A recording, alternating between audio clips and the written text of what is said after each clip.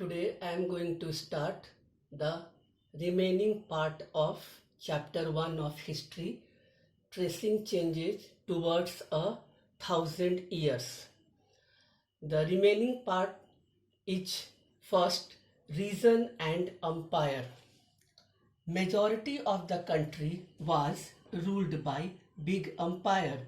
This time in medieval period in our country, that time large number of ruler ruled in different part of the country. Some of them are the Mughals in the north, the Cholas in the south, and the Marathas in the Deccan.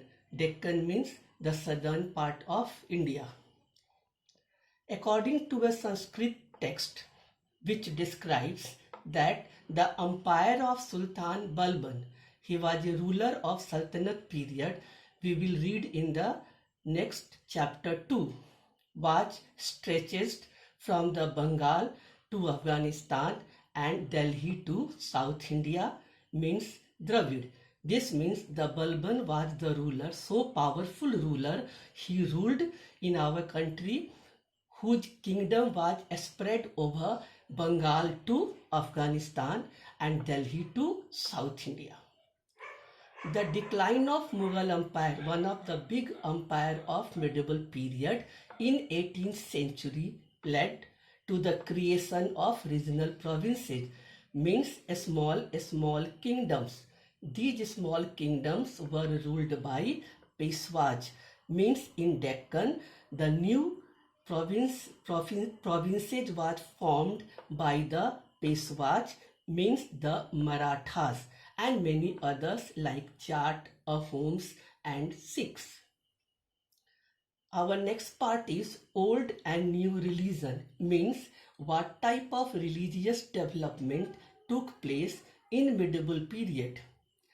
The importance of religion was often closely associated with social and economic organization of local communities, means local people who lived in our country.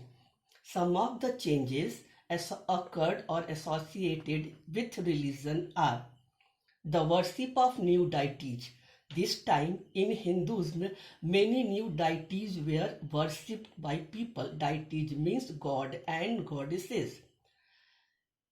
The construction of temple by royalty, means this period big temples were constructed by king. The growing importance of Brahman. Brahman became more powerful during this period because of the knowing of Sanskrit. The most significant development of the period was the rise of idea of bhakti. Already we have read in the last chapter of history in class 6, bhakti means the selfless devotion towards your chosen deity. This we will read again in coming chapters in class 7 also. The new religion, Islam, was patronized, supported by many rulers because the ruler who ruled over our country from 1206 to 1707 were followed the religion of Islam. The teaching of Holy Quran, it is a holy book of Muslims, was brought to India in 7th century by merchants. People accept the sovereignty of one God, Allah. This means that the person or the people of this period were the follower of Islam, and Islam put pressure following one God, Allah. Many rulers supported Islam and ulemas. Ulemas means priest of Islam. There were two branches of Islam, the Shias and the Sunnis. Shia Muslim believed that the Prophet Muhammad means he was the he was the person who introduced Islam in Arab. That Prophet Muhammad's son-in-law Ali was the legitimate, means lawful, just leader of the Muslim community. This means the community belongs to Shia Muslims. They believed in Ali, whereas the other group, the Sunni Muslims, accepted the authority of caliphs.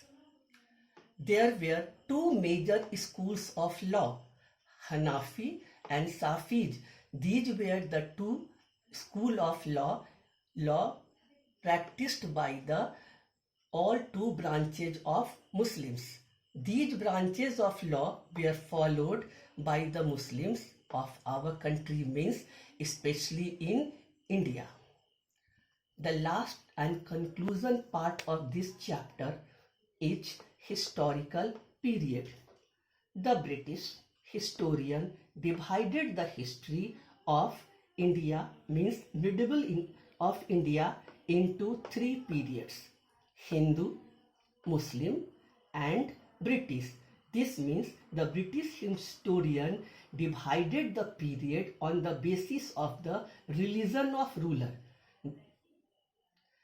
The Hindu period means the time when Hindus and Rajputs were ruling. Muslim period means when the ruler belongs to Muslim community, and the British period means when India was ruled by British merchant and British rulers.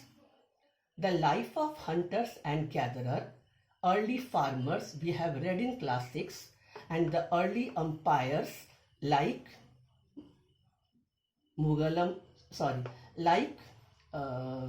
Gupta periods and Vardhan periods were called early period.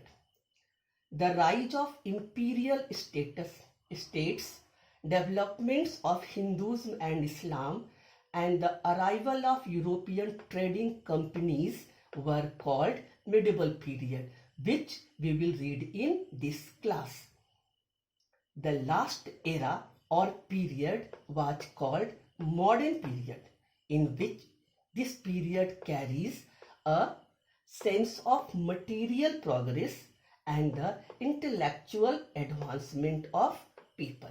So we are going to end this chapter today, and the remaining question of this chapter will be sent to you tomorrow.